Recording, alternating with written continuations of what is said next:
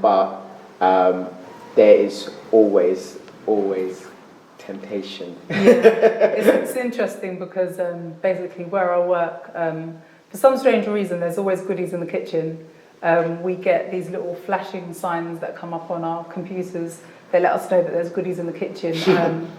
It always seems to be somebody's birthday. There's lots of little Krispy Kremes just seems to be the flavour of my workplace. Guys, you know who you are and you know what we need to see time and time again. And I'm a person that when I go and get a Krispy Kreme, I will take the whole Krispy Kreme. Where we've got people at work that like to cut the Krispy Kreme in half. I mean, who does that? People that I work with. I'm not going to take the other half. I'm going to take the whole Krispy Kreme. Okay, just saying. But the temptation is there. But one of the things that I noticed when fasting actually is another sort of temptation, and it's actually the temptation to not be a very nice person, actually. I feel that people are kind of like stepping on my toes a lot, like whether it's on the bus, whether it's at work, whether it's family members. That's the time when the most people seem to get on my nerves, and I'm not going to lie, I have failed on many occasions in terms that I've given into the temptation, and I've had to really try so hard not to feel condemned as a result of it. Because what actually happens, I think, when you're fasting is that anything that is actually inside of you that is actually ungodly, it comes out, which is great because God is actually exposing what's actually in my heart, because he doesn't expose what is not me. I don't all of a sudden get this whole new personality that comes out that's not very nice. Actually, it's the not very nice inside of me that actually comes out, and God actually brings it to light.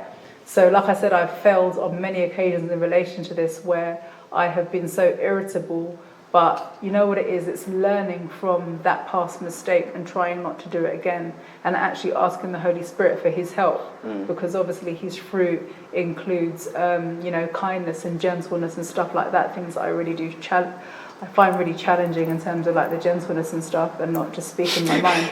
But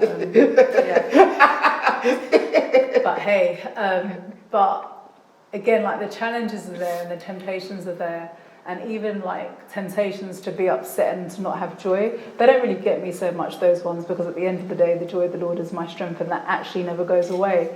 So, but what I noticed, like for example, during the fast that I did recently, is somebody stole the handle of my door the day before my MOT. I mean, who steals the handle? I mean, what is that? It's 50 quid. Stole the handle of my door. So then my car failed its MOT. Within a week later, I got a ticket on my car for parking where I actually was authorised to park. I mean, all it was is that the parking permit had slipped down. So the same parking attendant that goes around where I live for the last 3 years decided to give me a ticket. I object, by the way. So we're still battling that one out. But basically, things like that occur, and they're things to try and get me down. Oh yeah, my mobile phone that I never dropped, by the way, that also decided to drop and get a crack on it. So all these things are sort of happening. I'm like, come on now, what's going on? But do you know what it is? Through it all, it doesn't actually deter me from doing the things that I plan to do. It's not going to stop me from getting the things I already intended on getting, and it's not going to steal my joy from me. But I do see these as temptations to try and make me slip into depression. Not going to happen. That was the past. This is today. So that's not going to happen. So it's actually being aware that when you're here during this season, that particular temptations may come through. Again, you may feel like I might have failed a few times, but the good thing is that tomorrow is another day, and you learn from your mistakes. And I guess I'm just saying this so that you don't feel that when you decide to fast, that all of a sudden you have this halo over your head and that you can't be touched. Look, the devil will try, the enemy will try, but his arrow doesn't actually have to hit you. So it's always having that confidence, and in all things, just as Paul says in the Bible, in all things rejoice. And that's exactly what I've done. In all things I will rejoice as I continue to fast. That's what I would actually do. So I just want to say that, it's your heart attitude, but know that God's got you and he's on your side, and that he will fulfill the words that it says in Psalm 91, that he will command his angels concerning you to guard you in all of your ways.